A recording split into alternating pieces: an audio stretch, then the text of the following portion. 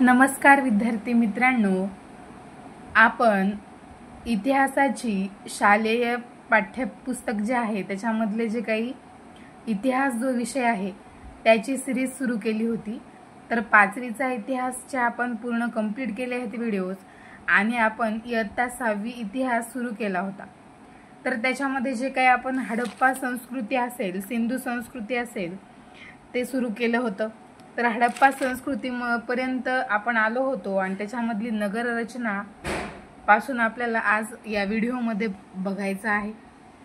चला तर मग ॲस्पायरंट्स या यूट्यूब चॅनलमध्ये स्वागत आहे तुमचं आणि आपण आता सुरू करूया 6वी इतिहासामधील हडप्पा संस्कृतीतील नगर रचना।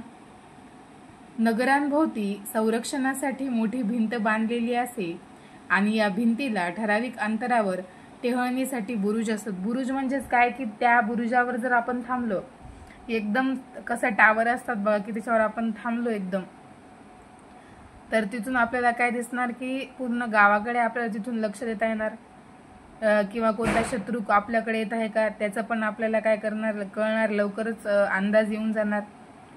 त्याच्यामुळे काय केला होता, बुरुज उभारला होता टेहळणीसाठी। पुढे बघा रस्ते कसे होते। नगरांमधील रस्ते प्रशस्त तसेच लांब व सरळ होते। ते एकमेकांना काटकोनात छेदत होते, म्हणजेच काय 90 डिग्रीचा अँगल करत होते ते एकमेकांमध्ये। अशा प्रकारचे प्रशस्त आणि मोठे लांब सरळ रस्ते होते। घरे कशी होती बघा, नगरांचे आयताकृती विभाग पडलेले होते। प्रत्येक विभागात 25 ते 30 घरे असत। ही घरे रस्त्यांच्या दोन्ही बाजूंना असत। घरांचे बांधकाम कच्च्या आणि पक्क्या विटांचे असे।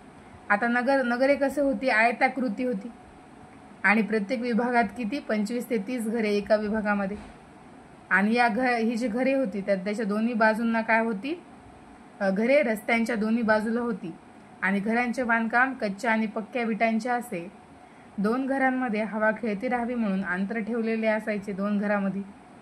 आता कसे आहेत, एकदम दाटीवाटीचे घर आहेत बघा। तेव्हा पण किती एक उत्कृष्ट असं उदाहरण होतं हडप्पा संस्कृतीमध्ये नगर रचना कशी असावी, घरे कशी असावीत। आता काय आहे की छोट्याशा एकदम कसं जागी खूप लोक ॲडजस्ट करत आहेत, माणसाला सफोकेशन होत आहे, खूप जास्त गर्दी झालेली आहे लोकांची, हवा खेळती राहत नाही। नद्यांना वारंवार येणारे पूर लक्षात घेऊन घरे उंच जोत्यावर बांधत असत, म्हणजेच काय होऊ नये म्हणून, त्या पुरामुळे नुकसान होऊ नये म्हणून घरे काय बांधली जात असत, उंच जोत्यावर बांधली जात असत। सांडपाण्याची व्यवस्था रस्त्यांच्या दोन्ही बाजूंनी बंद गटारे, जमिनीखाली सुमारे 1 किलोमीटर खोल होती। बंद गटारे होती आणि ती कशी होती, जमिनीखाली होती, 1 किलोमीटर खाली।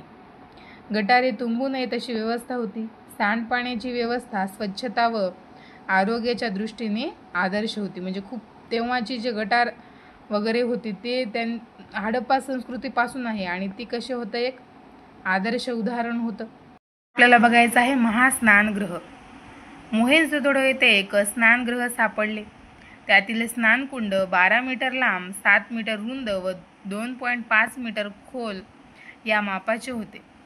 कुंडातील पाणी झिरपून जाऊ नये म्हणून ते आतून पक्क्या विटांनी बांधलेले होते।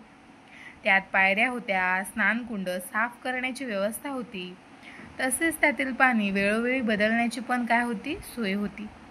मोहेंजोदडो येथील उत्खननात असे आढळले की सततच्या पुरांमुळे तेथील वसाहत पुन्हा नष्ट झाली आणि प्रत्येक वेळेस नव्याने बसवली गेली। तेथे एकाच जागी एकावर एक 7 वसाहतींचे अवशेष मिळालेले आहेत। म्हणजेच कशा, एकावर एक 7 वसाहती म्हणजे काय, एक नष्ट झाली आणि दुसरी निर्मिती झाली। अशा प्रकारे एकूण 7 वसाहतींचे काय झाले, तिथे अवशेष सापडले। ही संस्कृती नागरी संस्कृती होती। म्हणजे हडप्पा संस्कृती कशी संस्कृती होती, नागरी संस्कृती। हडप्पा संस्कृतीतील लोकजीवन, त्यांचं अन्न कसं होतं बघा, तांदूळ, गहू, सातू, खजूर, मांस, मासे, भाज्या, फळे इत्यादी काय खायचे, ते अन्न खायचे, वेगवेगळे मांस खायचे ते।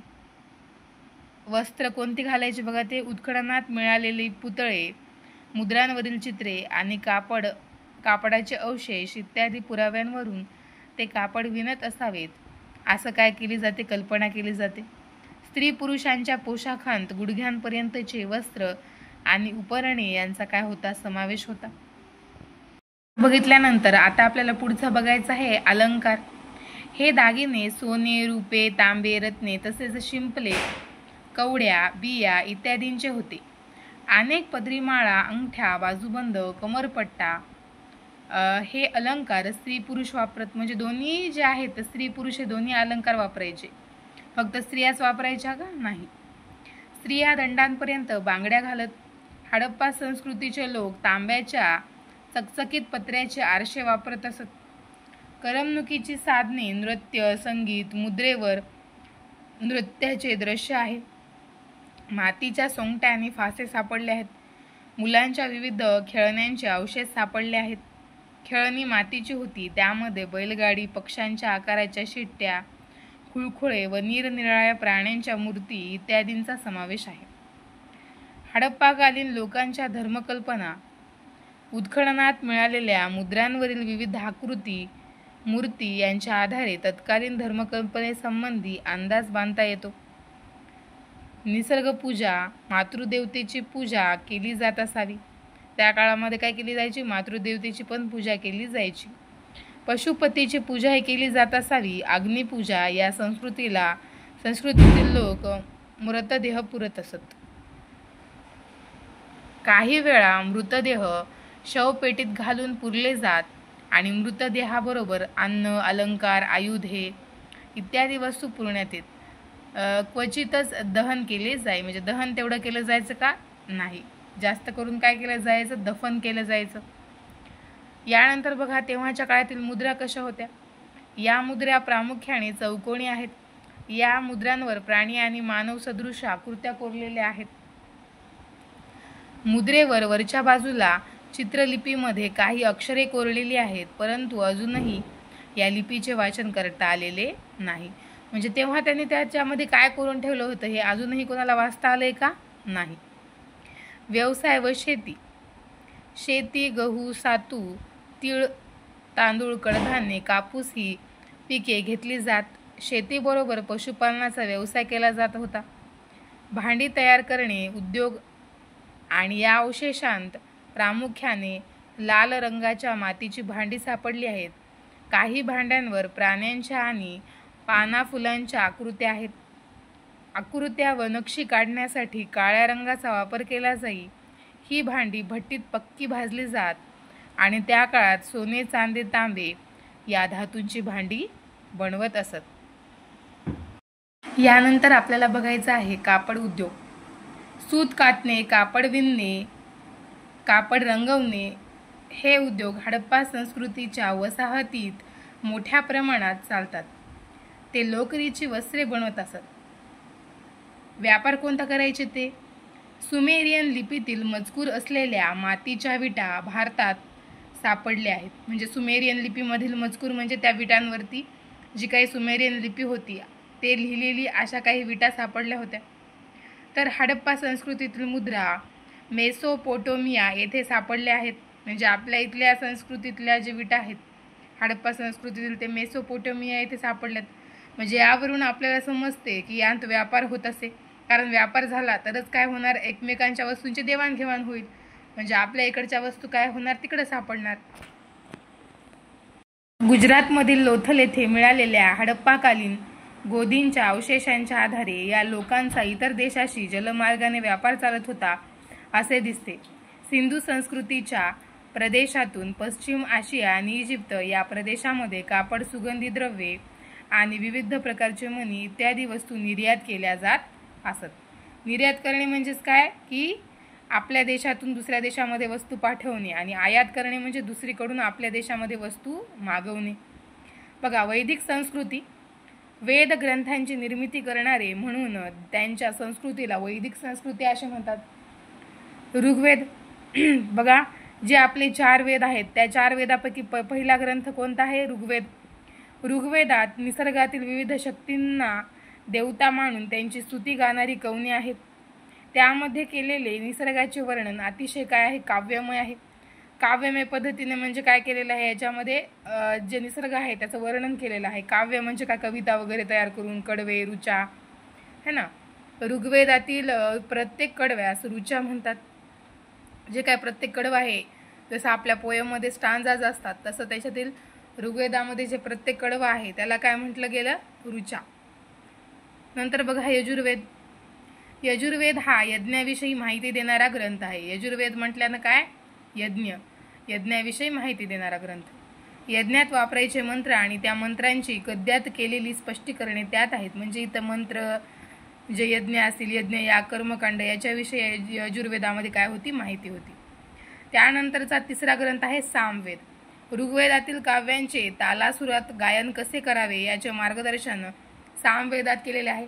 आणि सामवेद हा भारतीय संगीताचा पाया मानला जातो. आपल्याला जर प्रश्न विचारला की भारतीय संगीताचा पाया असं कोणाला म्हटलं जाते, कोणत्या ग्रंथास म्हटलं जाते, तर तो कोणता ग्रंथ आहे, सामवेद. आता सगळ्यात शेवटचा कोणता ग्रंथ आहे बघा, अथर्ववेद. त्यात तत्वज्ञानाबरोबरच दैनंदिन जीवनातील अडचणी, संकटे, पीडा यांवर उपाय आहेत. औषधी वनस्पतींची माहिती ही अथर्ववेदात दिलेली आहे. म्हणजे आपल्या दैनंदिन जीवनामध्ये जे काही रोग वगैरे असतील, जे काही त्याच्याविषयी जे औषधं कोणती वापरायची काही नाही याच्याविषयीची माहिती अथर्ववेदामध्ये आहे. नंतर पुढचा आहे बघा ब्राह्मण ग्रंथ. ब्राह्मण ग्रंथांची रचना ही यज्ञविधींमध्ये वेदांचा वापर कसा करावा हे स्पष्ट करण्यासाठी झाली. नंतर बघा अरण्यके. अरण्यात जाऊन रचलेले ग्रंथ त्यांना आपण काय म्हणतो, अरण्यके असे म्हणतो. जीवनापासून दूर अरण्यात जाऊन चिंतन करण्याच्या परंपरेचा पाया अरण्यके रचणाऱ्या प्राचीन ऋषीमुनींनी घातला. तर बघा उपनिषदे. गुरुजवळ बसून मिळवलेले ज्ञान यालाच काय म्हणतात, उपनिषदे. सृष्टी कशी निर्माण झाली, ईश्वर म्हणजे काय इत्यादी गहन प्रश्नांवर त्यात चर्चा केलेली आहे. या वाङ्मयातून आपल्याला वैदिक तत्वज्ञानाचा सखोल परिचय होतो. वैदिक काळातील समाज जीवनाची माहिती मिळते. आर्थिक जीवन बघा, हडप्पा संस्कृती होती तेव्हाच्या काळातलं आर्थिक जीवन कसं होतं. गंगा यमुनेच्या खोऱ्यात पसरलेल्या वैदिक काळातील या लोकांचा शेती हा प्रमुख व्यवसाय होता. आता पण तोच आहे आपल्या भारतामध्ये. शेतकरी उत्पादनाचा 6वा भाग राजाला कर म्हणून देत असेत. नांगरण्यासाठी अनेक बैलांचा नांगर वापरला जाऊ लागला. शेतकरी 1 किंवा 2 पिके घेत त्यामध्ये सातू, गहू, कापूस, भात, मोहरी यांचा समावेश होतो. व्यापाराची वाढ, वस्तू विनिमयाची पद्धत रूढ झाली. म्हणजे वस्तू विनिमय म्हणजे एक वस्तू द्यायची आणि दुसरी वस्तू घ्यायची, म्हणजे पैशाचा व्यवहार चालायचा, पण वस्तू विनिमयाचा व्यवहार जास्त करून तेव्हा चालायचा. कृष्णल, मान व शतमान अशी वजने वापरली जात. व्यवसाय. लोखंडाची विविध हत्यारे व अवजारे उपयोगात आणली जाऊ लागली. त्यामुळे शेतीत वाढ. रथकार, सुतार, कुंभार, कारागीर यांच्या भारतीय अर्थव्यवस्थेचे आणि समाज जीवनाचे आधारस्तंभ मानले जाई. म्हणजे कोण, जे काही रथकार होते, सुतार होते, कुंभार होते, कारागीर होते, त्या काळाच्या त्यांना काय म्हणायचं, भारतीय अर्थव्यवस्थेचे आणि समाज जीवनाचे आधारस्तंभ त्या काळात ते झाले. एकाच व्यवसायात कुशल कारागिरांनी एकत्र येऊन तयार केलेल्या संघटनांना श्रेणी असे म्हणत.